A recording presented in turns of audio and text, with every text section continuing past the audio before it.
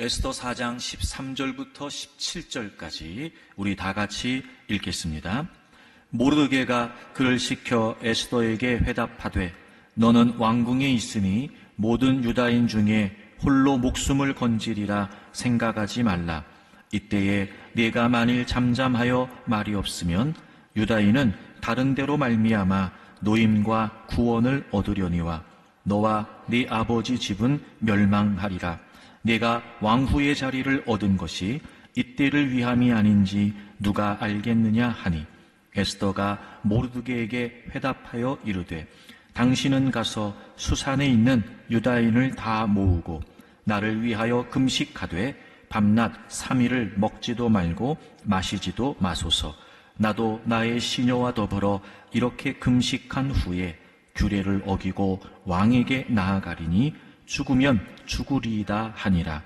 모르드게가 가서 에스더가 명령한 대로 다 행하니라. 아멘.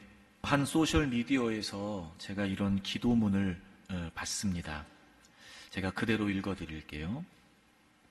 나는 강하게 해달라고 기도했다. 그러자 하나님께서는 나에게 어려움을 주셨다. 나는 지혜를 달라고 기도했다.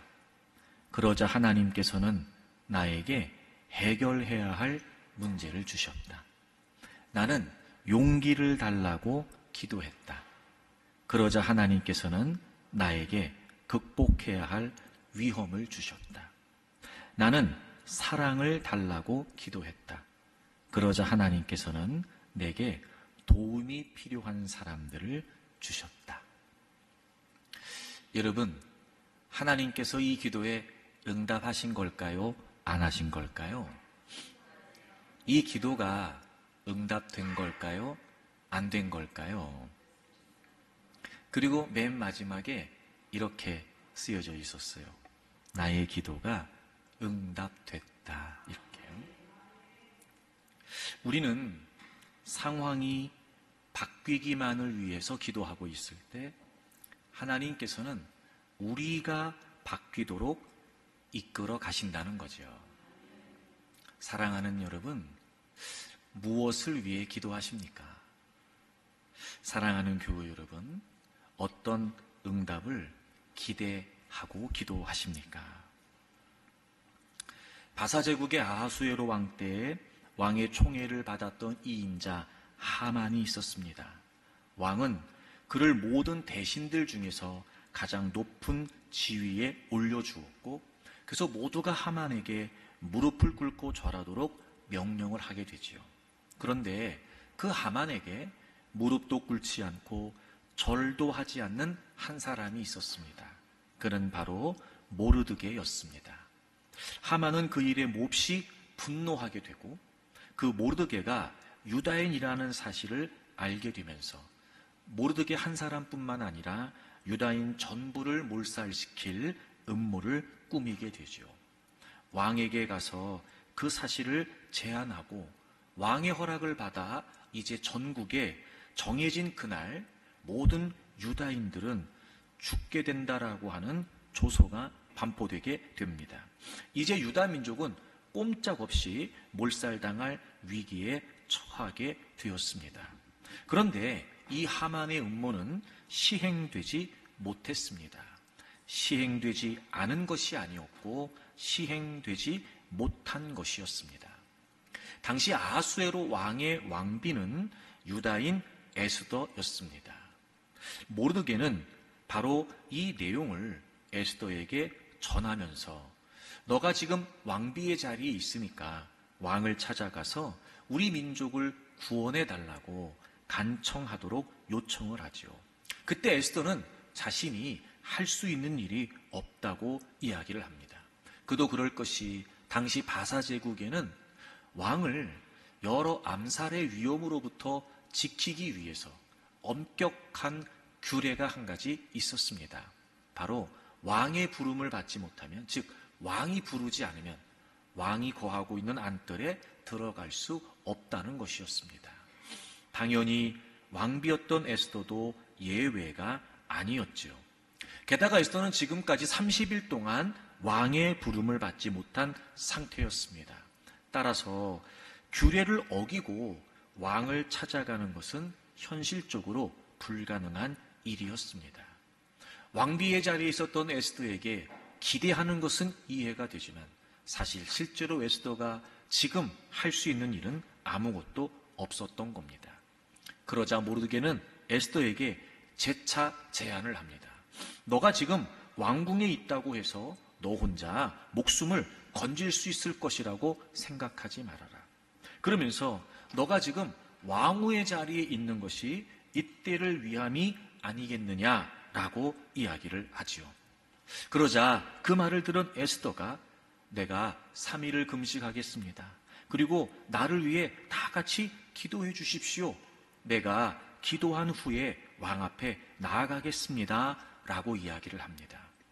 그래서 그 수상궁에 있었던 유다인들이 다 모이고 그리고 에스더 또 그의 시녀들 그렇게 많은 사람들이 3일을 금식하며 기도하게 됩니다.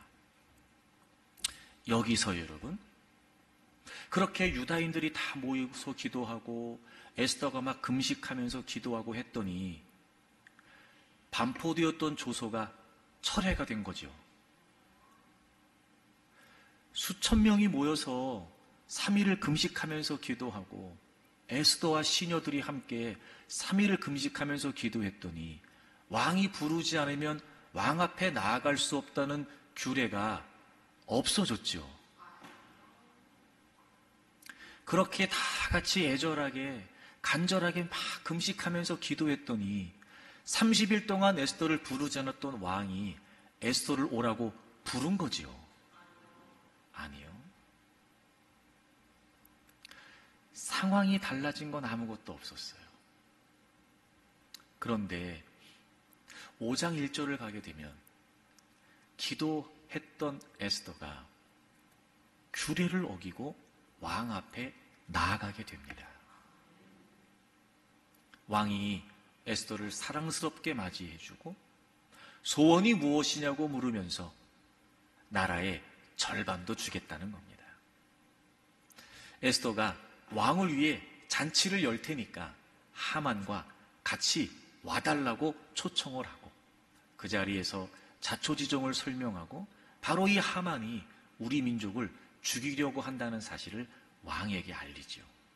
왕이 분노하면서 그 하만을 모르드게를 매달기 위해서 준비했던 장대에 매달아 죽이라고 합니다.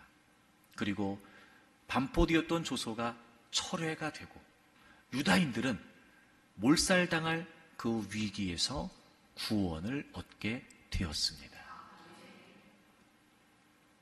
분명히 에스더는 그 상황 앞에 아무것도 할 수 없는 약한 존재였습니다. 그럼에도 불구하고 어찌된 일인지 상황이 달라진 건 아무것도 없었는데 그 상황 앞에 너무나 무력했던 에스더가 그 모든 상황을 뛰어넘어서 왕 앞에 나아갔던 거죠.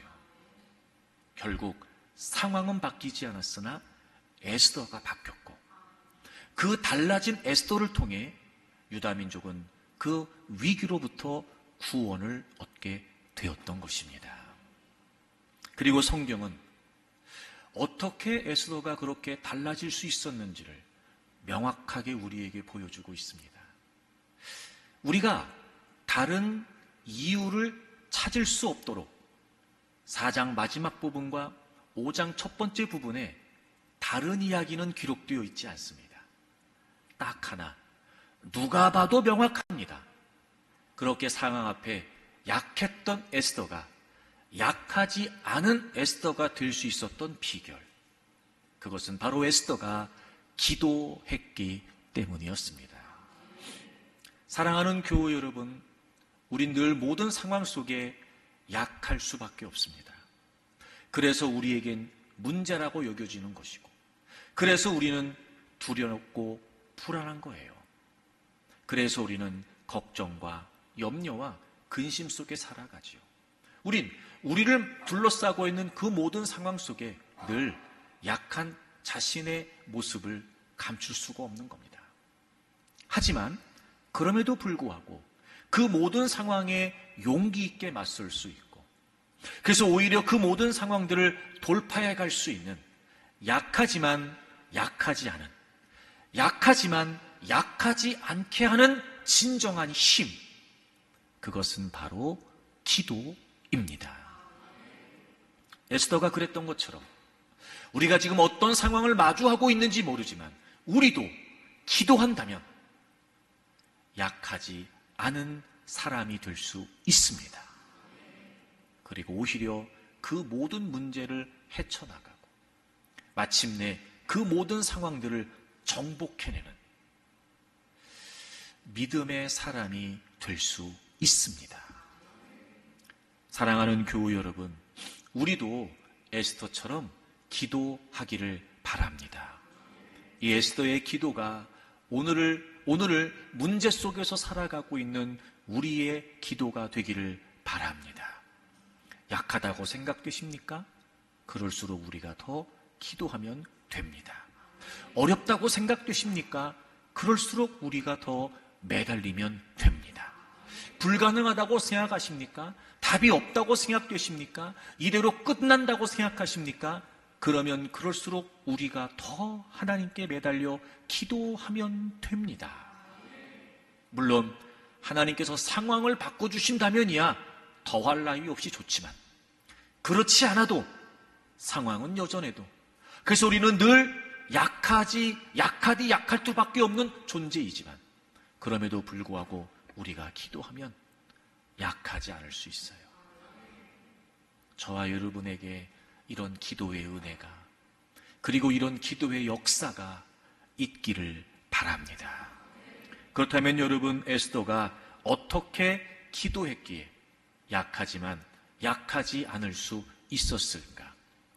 지난 주일에 그 첫 번째 말씀을 여러분과 나눴습니다. 에스더의 기도는 하나님의 뜻을 알기 위해 기도했던 겁니다. 이 본문의 이야기를 풀어가는 핵심 인물은 저는 오히려 에스더보다는 모르드게라고 생각이 되고, 이 본문을 풀어가는 중요한 대목은 저는 모르드게가 에스더에게 이야기했던 14절이라고 생각을 합니다. 아무것도 할 수 없다고 이야기했던 에스더에게 모르드게가 14절에서 이렇게 이야기하죠.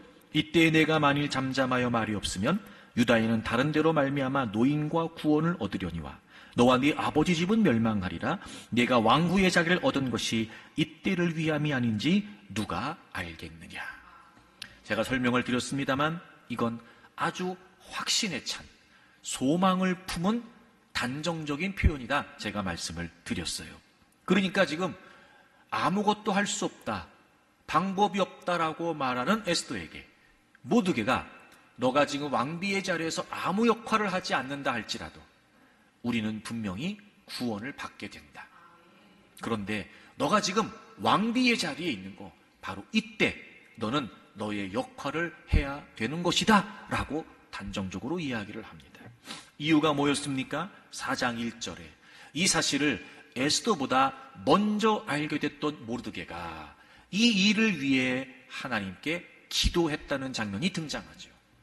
전후 사정을 미루어 우리는 충분히 합리적으로 생각해 볼 수 있습니다. 그렇다면 이렇게 14절에서 모르드게가 에스더에게 분명하게 확신 있게 이야기할 수 있었던 것은 이 일을 위해 먼저 기도했던 모르드게는 하나님이 어떻게 하실 것인지에 대한 분명한 응답이 있었던 거예요. 꼼짝없이 몰살당할 위기에 처해 있으나 하나님께서는 하나님 자신의 백성들을 반드시 구원해 주실 것이다. 그리고 그 방법은 다름 아닌 에스더였던 거지요. 이 분명한 하나님의 뜻을 먼저 기도했던 모르드게가 먼저 깨닫고 있었던 거예요. 그리고 에스더에게 강력하게 주장했던 것이고, 그리고 그 말을 듣고 에스더가 기도하기로 했다면 에스더의 기도는 너무나 당연합니다. 그 하나님의 뜻이 정말 하나님의 뜻인지를 알기 위해 기도했겠지요. 워낙 강하게 모르드게가 얘기했기 때문에 처음에는 믿을 수 없었고, 처음에는 다 알 수 없었으나 분명히 에스더는 그 일을 위해 기도했을 거예요. 왜냐하면 그 결과가 우리에게 말해주고 있는 것처럼 말이죠. 그 에스더를 통해서 하나님이 유다 민족을 구원하시겠다라고 하는 그 모르드게의 응답을 에스더도 하나님의 뜻이라고 확신했기 때문에 에스더가 규례를 어기고 왕 앞에 나아가게 됐던 거 말입니다.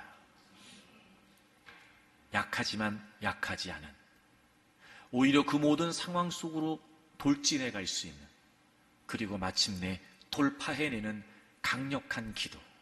여러분, 하나님의 뜻을 알기 위해 기도하는 것입니다.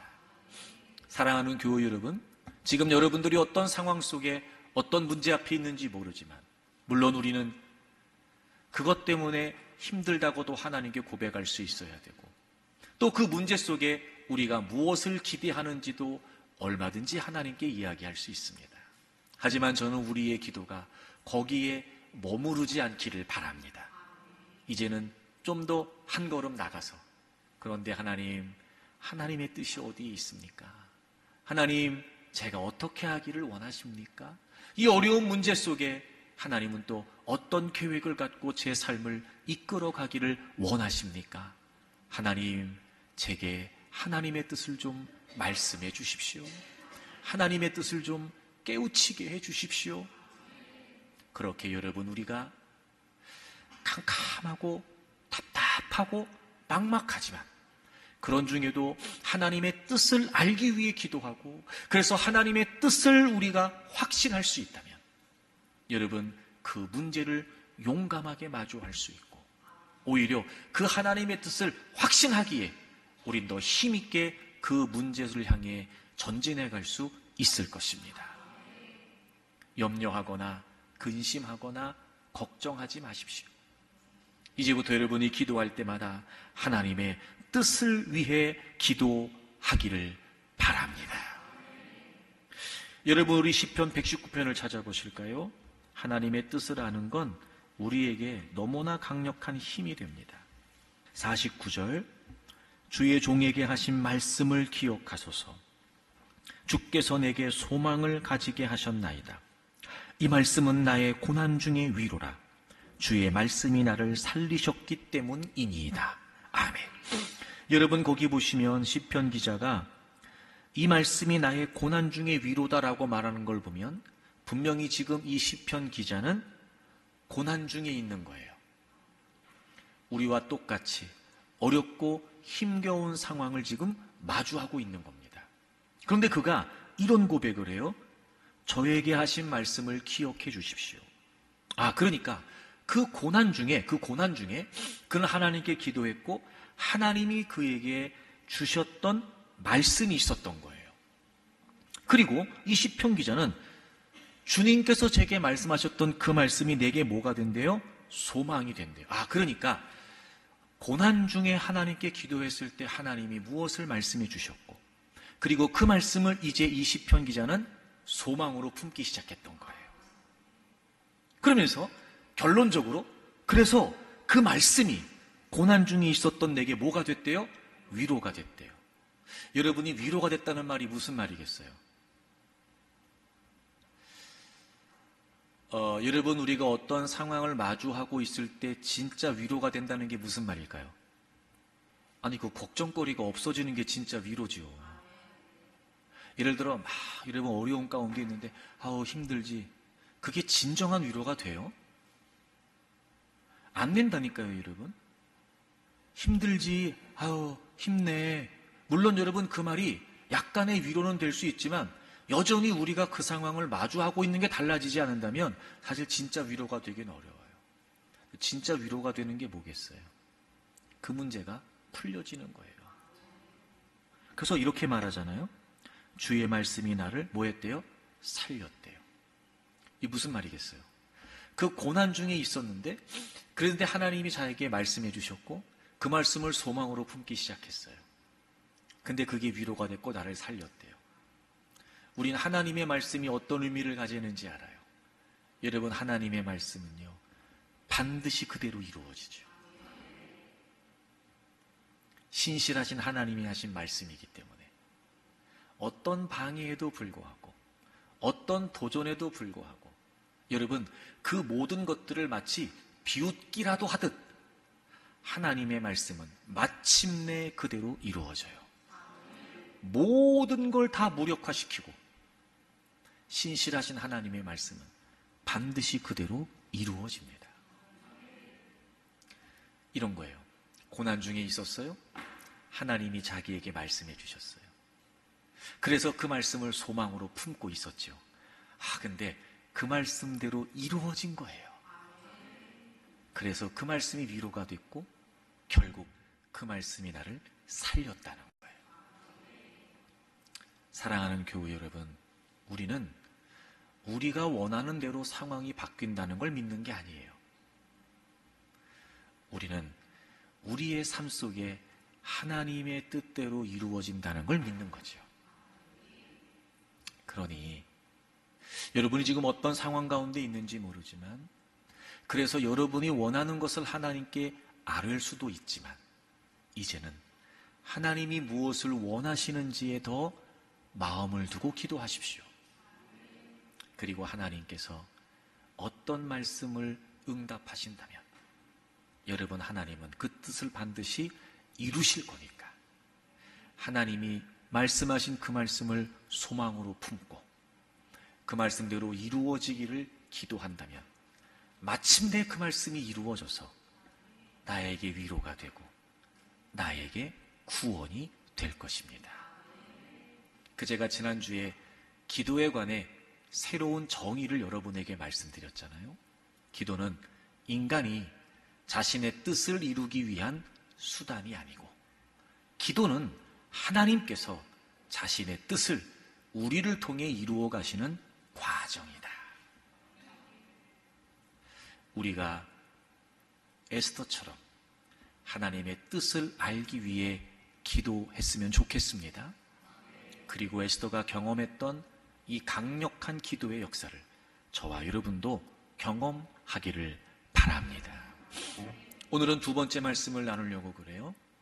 에스더의 기도가 어떤 기도였기에 약하지만 약하지 않을 수 있었을까?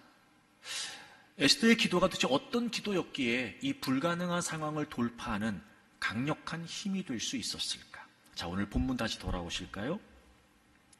그렇게 모르드게가 너가 아니어도 하나님은 우리를 구원하실 거다. 그런데 너가 왕후의 자리에 있는 게 바로 이때를 위함이다. 그렇게 강력하게 에스더에게 제안을 하죠.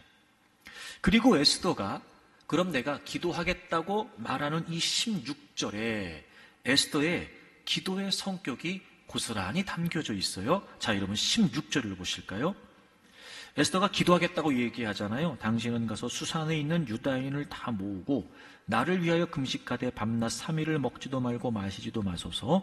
나도 나의 시녀와 더불어 이렇게 금식한 후에 규례를 어기고 왕에게 나아가리. 죽으면 죽으리라. 이렇게 얘기를 해요. 저기 수산궁에 있는 유다인들을 다 모으세요. 나를 위해 금식하며 기도해 주세요. 나도 나의 시녀들과 함께 금식하면서 기도하겠습니다. 라고 얘기하면서 뒤에 뭐라고 말해요? 이렇게 금식한 후에 규례를 어기고 왕에게 나아가리니 죽으면 죽으리다. 이렇게 얘기를 해요. 자, 지금 요 시점, 요 장면에서 여러분 16절 요 장면에서 지금 요 시점이 기도하기 전이에요? 기도한 후예요? 전이에요. 자, 지금 요 16절 요 시점이 금식하고 난 다음이에요? 아니면 금식하기 전이에요? 전. 자, 내가 기도할게요. 아직 기도하지 않았어요. 내가 기도할게요. 나를 위해 기도해 주세요. 아직 기도 시작한 거 아니에요. 금식한 거 아니에요. 근데 하기 전부터 뭐라고 얘기해요? 내가 기도하고요. 규례를 어기고 왕 앞에 나아가겠습니다. 죽으면 죽으리다. 이렇게 얘기한 거예요. 이게 무슨 의미예요, 여러분, 이게?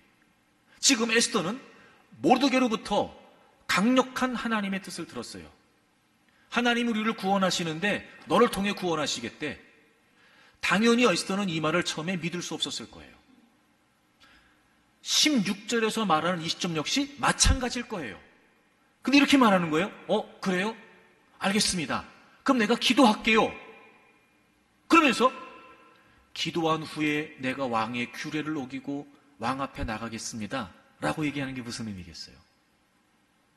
내가 기도해 볼게요. 기도하겠습니다. 그래서 만약에 당신이 한 얘기가 정말 하나님의 뜻이라면, 내가 이 일을 위해서 왕비의 자리에 있는 게 맞다면, 하나님께서 우리 민족을 지금 나를 통해서 구원하시는 그 하나님의 계획이 정말이라면 무슨 말이에요?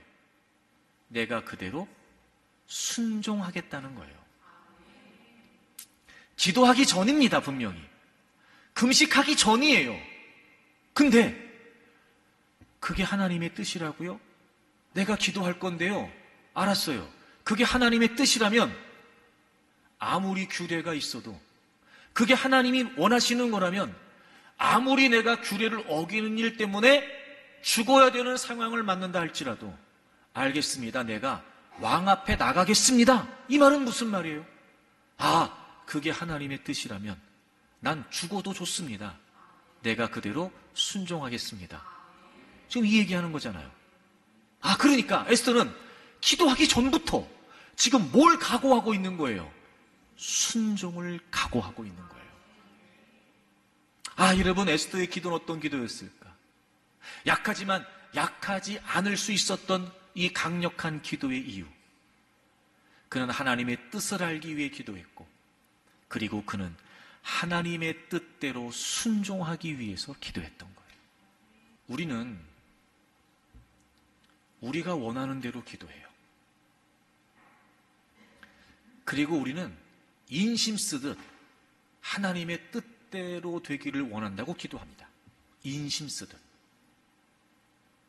그러다 보니 순종하겠다고 기도하지 않아요. 그리고 그나마도 순종을 위해 기도한다는 건 무슨 말이에요? 일단 기도해보고 순종을 결정할게요. 우린 이거예요. 근데 에스더는 달랐어요. 그는 지금 순종하겠다고 기도하고 있는 거예요. 하나님의 뜻을 확인하기 전이었습니다.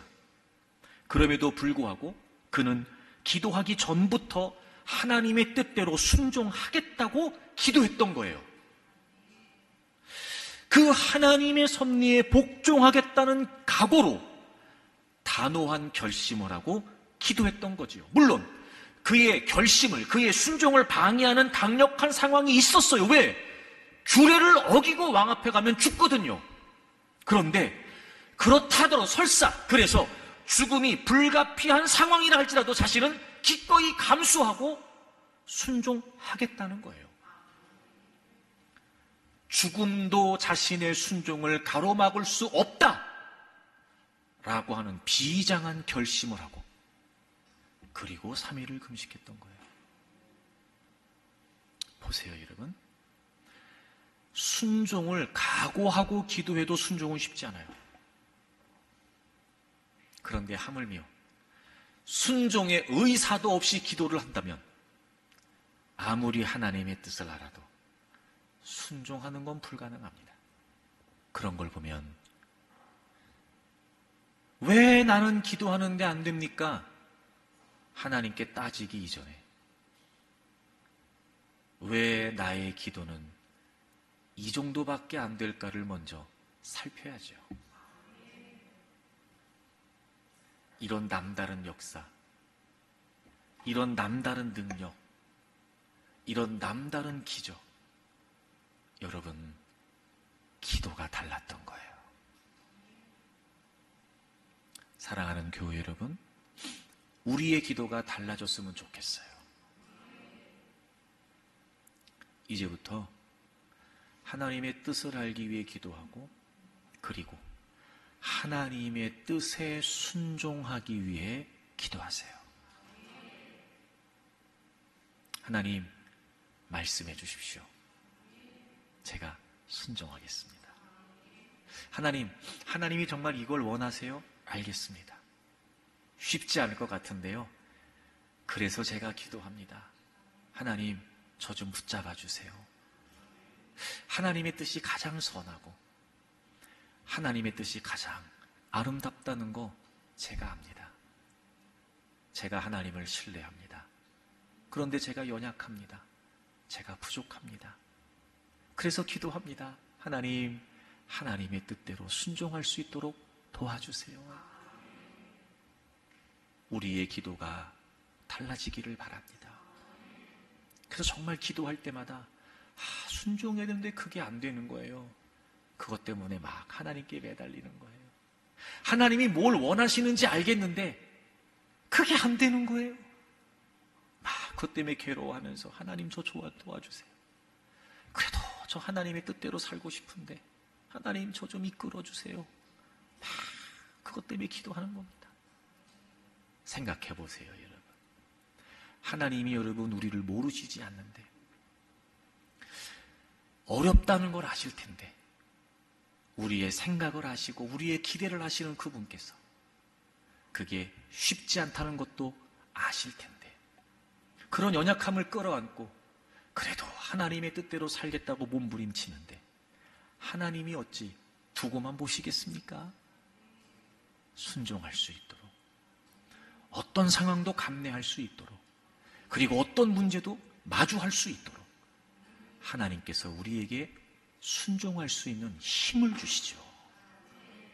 그런데 여러분, 하나님의 뜻에도 관심이 없고 하나님의 뜻에 관심이 없으니 여러분 순종은 더더욱 관심도 없고 우린 그냥 기도한다고 하면 우리가 원하는 것만 나열하고 우리의 상황만 나열하면서 무의미한 기도를 반복하고 있으면 어떤 하나님의 역사가 있을 수 있으며 어떤 하나님의 능력이 나타날 수 있겠냔 말입니다. 그러니 여러분 이제 순종을 위해 기도하십시오. 제가 이 얘기하면 분명히 지금 여러분들 떠오르는 거 있을 거예요. 그러니까 이런 거예요.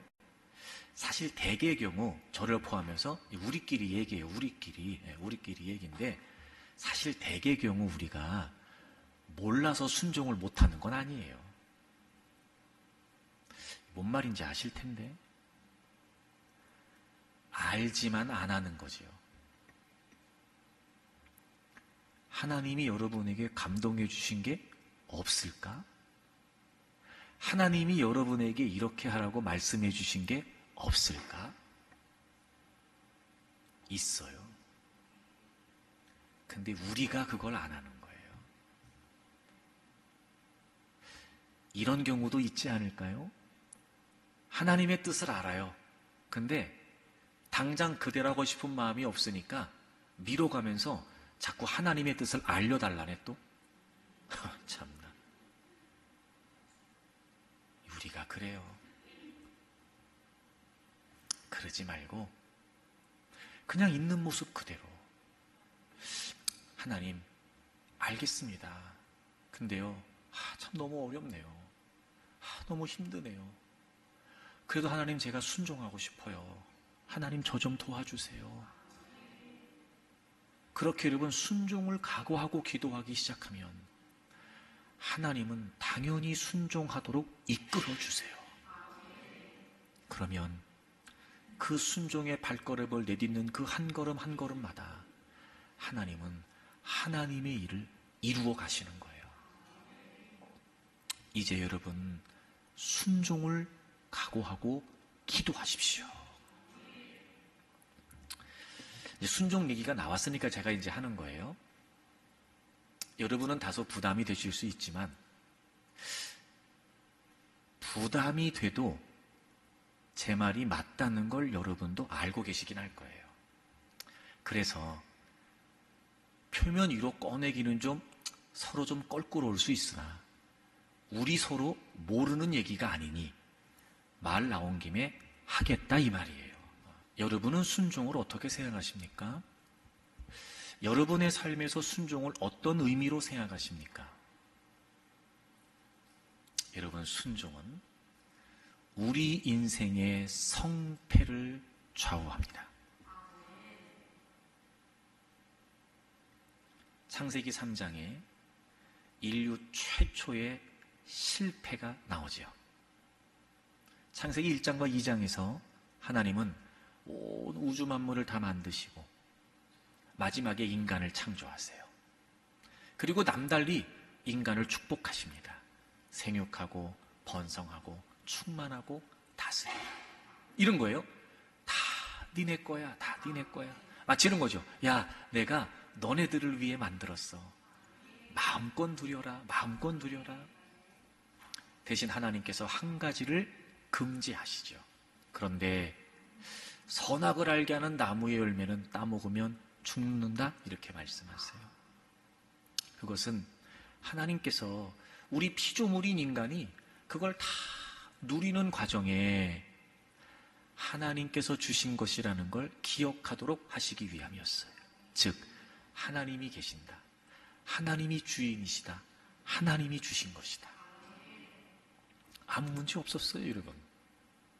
그런데 인간이 그 하나님의 명령을 어깁니다. 그 하나님의 말씀에 불순종하지요. 그게 죄고 그게 타락이죠. 그리고 그 결과 하나님과의 관계가 깨어져 버리게 되고 하나님이 만들어주신 그 질서 안에서, 하나님 안에서 행복했던 우리의 인생이 불행한 인생으로 바뀌게 돼요.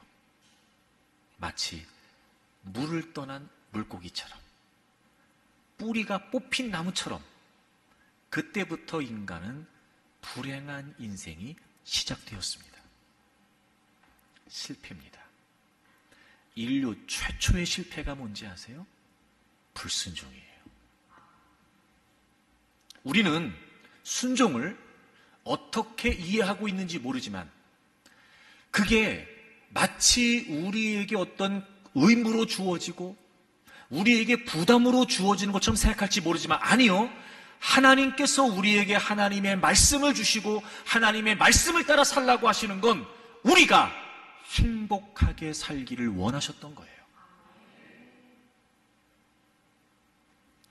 순종은 우리 인생의 성패를 결정짓습니다.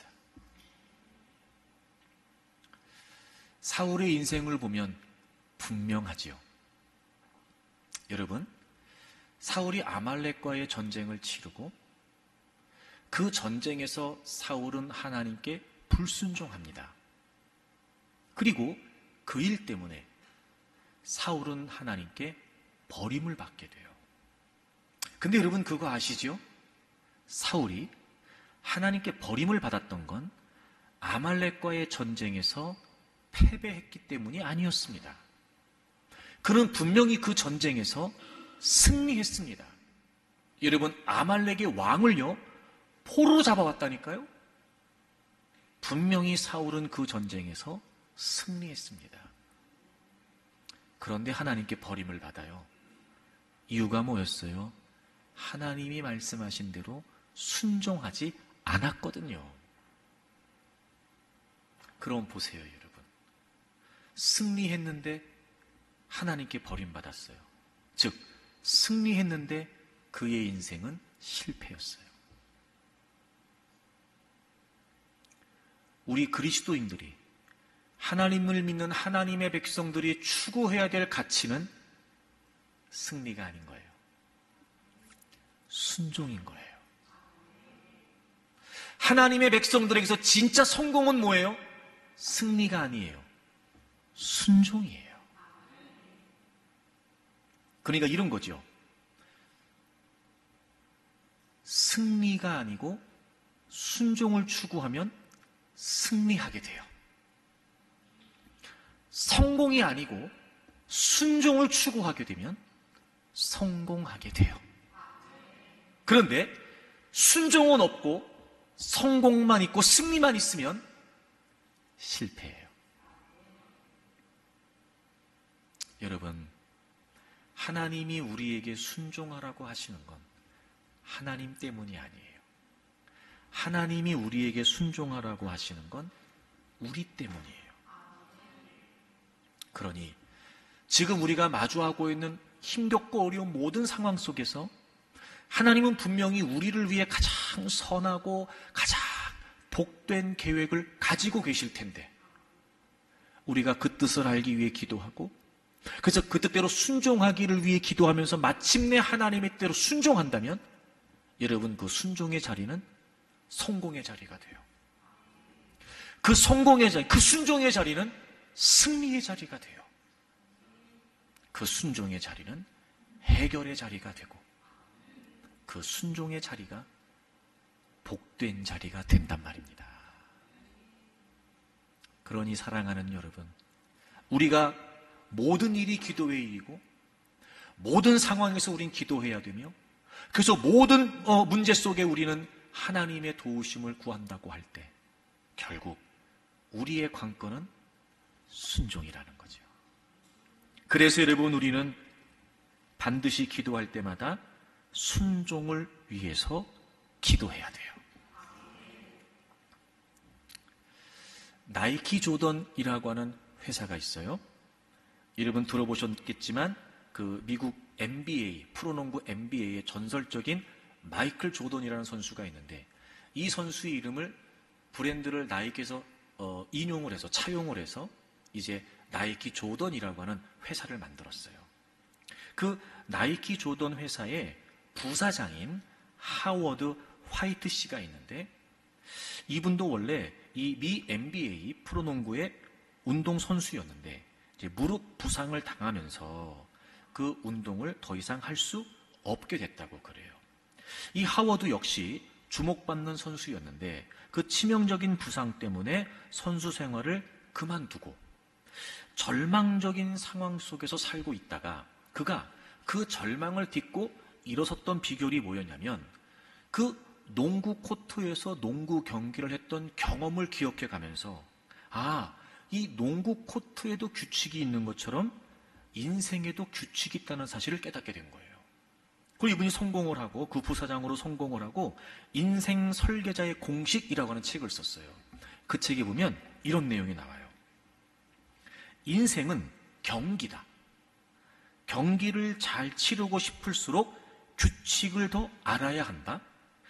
규칙을 모르는 사람은 우위를 차지할 수 없다. 규칙을 잘 알기 전까지는 결코 자신의 잠재력을 완전히 발휘하지 못할 것이기 때문이다. 사람들은 규칙을 배워 실수를 줄이고 자신의 인생이라는 코트 위에서 성장할 수 있다. 규칙. 인생에도 규칙을 따르면 성공한다네요. 여러분, 우리 그리스도인들의 삶의 규칙이 뭐예요? 말씀이에요. 이 세상이라고 하는 그라운드에서 우리가 그리스도인으로 살아가는 아주 중요한 규칙이 뭐예요? 룰이 뭐예요? 성경이에요. 여러분, 말씀대로 사는 거 우리를 위한 일이에요. 이렇게 한번 우리 또 생각을 해볼까요? 여러분, 자연이라고 하는 영어 단어가 네이처예요. 자연, 그렇죠? 네이처. 이 네이처라고 하는 말에서 내추럴이라고 하는 말이 파생된 거죠. 자연스럽다. 그죠? 여러분, 왜 이 자연이라고 하는 단어에서 내추럴, 자연스럽다는 말이 파생됐을까요? 여러분, 이 모든 우주 만물은, 이 자연은요, 하나님의 순리에 복종합니다. 이 모든 자연은 지금도 하나님이 섭리하시고 이 모든 자연은 그 하나님의 섭리에 다 복종합니다. 유독 하나님이 우리 인간에게 자유의지를 주셨는데 다른 피조물들과 달리 우리 인간만 하나님의 섭리에 복종하지 않습니다. 그래서 이 자연스러운 자연도 그 인간의 욕망 때문에 파괴가 되는 거예요. 자연스러운 게 뭔지 아세요? 하나님의 뜻을 따르는 거예요. 자연스러운 게 뭔지 아세요? 하나님의 섭리를 따르는 거예요. 그럼 부자연스러운 건 뭐예요? 그걸 거스르는 거예요. 부자연스러운 게 얼마나 문제가 되고 갈등이 되고 부자연스러운 게 얼마나 고통이 되고 얼마나 불행이 된다는 걸 우리는 다른 설명이 없이 충분히 알고 있어요. 자연스러운 거. 이걸 다 원해요.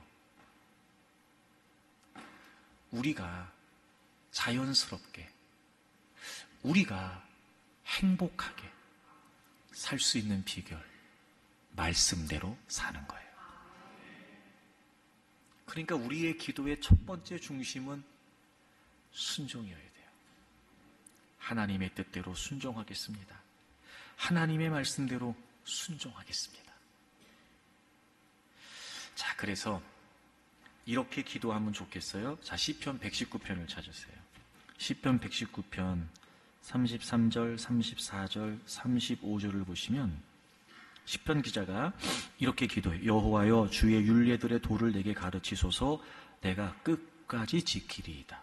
아, 그러니까 내게 가르쳐 주세요. 제가 끝까지 지킬 겁니다라고 말하는 걸 보면 왜 하나님의 뜻을 알려달라는 거예요? 지키려고. 그렇죠? 34절, 나로 하여금 깨닫게 하여 주소서. 내가 주의 법을 준행하며 전심으로 지키리이다. 그러니까 깨닫게 해주시면 제가 전심으로 지킬게요 라고 고백하잖아요. 그럼 왜 알고 싶은 거예요? 왜 깨닫고 싶은 거예요? 지키려고요. 지키려고. 나로 하여금 주의 계명들의 길로 행하게 하소서. 내가 이를 즐거워함이니이다. 그러니까 내가 하나님께서 그 계명을 말씀해 주시면, 깨닫게 해주시면 제가 그대로 기쁨으로 제가 행하겠습니다 얘기하는 거잖아요. 그러면 왜 알려달라는 거예요? 행하려고요.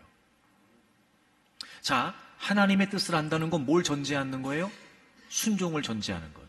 에스더가 하나님의 뜻을 알기 위해 기도했던 건 뭘 전제했던 거죠? 순종을 전제했던 것처럼 우리가 하나님의 뜻을 알기를 원한다는 건 뭘 전제해야 돼요? 순종을 전제해야 돼요. 그러니까 이런 거예요. 하나님의 뜻을 알기를 원하는 이유가 뭐예요? 그 뜻대로 순종하겠다는 거예요. 여러분, 왜 시편 기자가 이렇게 기도했을까요? 왜 이런 고백을 3절이나 연거푸 똑같은 말을 끝까지 전심으로, 기쁨으로, 왜 똑같은 말을 반복하면서 이렇게 점점 의미를 확대해가면서 강조하고 있는 걸까? 37절 때문에 그래요. 36절 때문에 그래요. 36절 보세요. 내 마음을 주의 증거들에게 향하게 하시고 탐욕으로 향하지 말게 하소서. 내 눈을 돌이켜 허탄한 것을 보지 말게 하시고 주의 길에서 나를 살아나게 하소서. 여러분, 왜 그렇게까지 이 시편 기자가 하나님의 뜻을 알고 순종하기를 원했냐? 그렇지 않으면 자신은 탐욕에 이끌려갈 테니까요. 그렇지 않으면 허탄한, 즉 허무한 걸 쫓아갈 수밖에 없으니까요. 그러니까 하나님의 뜻대로 순종하지 않으면 그 반대편은 뭐예요? 욕심 따라 사는 거예요. 여러분, 하나님의 뜻대로 순종하지 않으면 그 반대편은 뭐예요? 허무한 인생이에요. 자, 그러면 이게 왜 중요할까? 기도할 때. 네? 여러분, 욕심, 허탄한 것이 아니고 정말 하나님의 뜻을 깨닫고 그 하나님의 뜻대로 순종하는 게 여러분, 우리 기도하는 사람한테 왜 중요할까요? 자, 야고보서 4장. 야고보서 4장 3절. 같이 읽습니다. 시작. 구하여도 받지 못함은 정욕으로 쓰려고 잘못 구하기 때문이라. 아멘. 구하여도 받지 못함은. 여러분, 성경은요, 기도의 응답에 관해 강력하게 약속해 주시지만 동시에 구하여도 뭐 한다고요? 받지 못한다고요. 그런 걸 보면 여러분, 모든 기도가 다 응답되는 거 아니에요. 응답되는 기도가 있지만 응답되지 않는 기도도 있어요. 자, 이렇게 제가 바꿔볼게요. 하나님께서 응답하시는 기도도 있지만 하나님께서 응답하시지 않는 기도도 있어요. 그죠? 저는 여러분의 기도가 다 응답되기를 원해요. 여러분도 그렇게 원하시지요. 우리의 기도에 하나님께서 응답하시면 좋겠어요. 그래서 그걸 피하라고 하나님께서 응답하지 않으시는 기도를 말씀해 주시는 거예요. 구하여도 받지 못함은 정욕으로 쓰려고 잘못 구하기 때문이라. 여러분, 우리 성경은 잘못 구한다 되어 있는데 영어 성경 보면 wrong motive 이렇게 되어 있어요. 잘못 구한다. 즉 잘못된 기도가 무슨 말이냐면요, 잘못된 동기로 기도하는 거예요. 하나님께서 어떤 기도에 응답하지 않는지 아세요?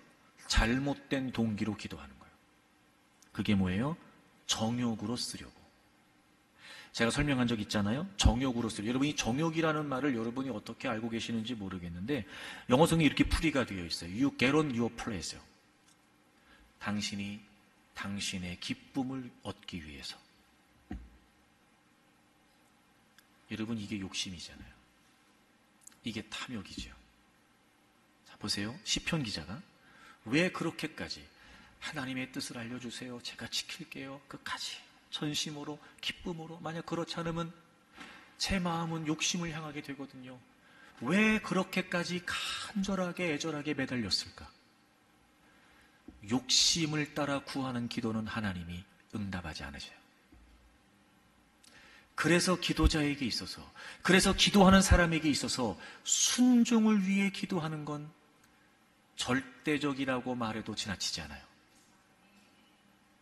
만약 하나님의 뜻을 위해 기도하고 그 하나님의 뜻을 깨닫고 그 하나님의 뜻대로 순종하기 위해 기도하지 않으면 결국 죄악된 본성을 부정할 수 없는 우리 인간은 욕심에 이끌려 탐욕에 이끌려 허탄한 것을 바라보게 되거든요. 잘못된 동기. 하나님이 응답하지 않으세요.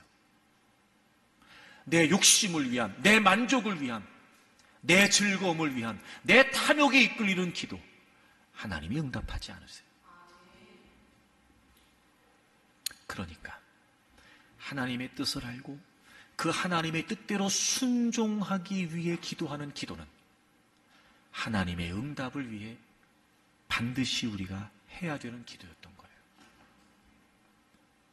사랑하는 교회 여러분, 기도는 약하지만 우리를 약하지 않게 합니다.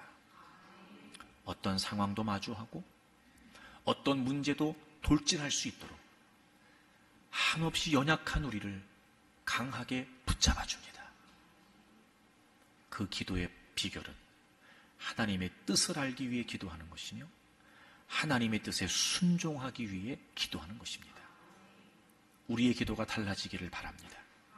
제발 상황만 나열하는 맹목적인 기도, 소원만 나열하면 맹신적인 기도 멈추고 이제는 여러분의 기도가 달라지면서 여러분이 기도의 힘을 얻고 기도의 능력을 경험하게 되기를 바랍니다.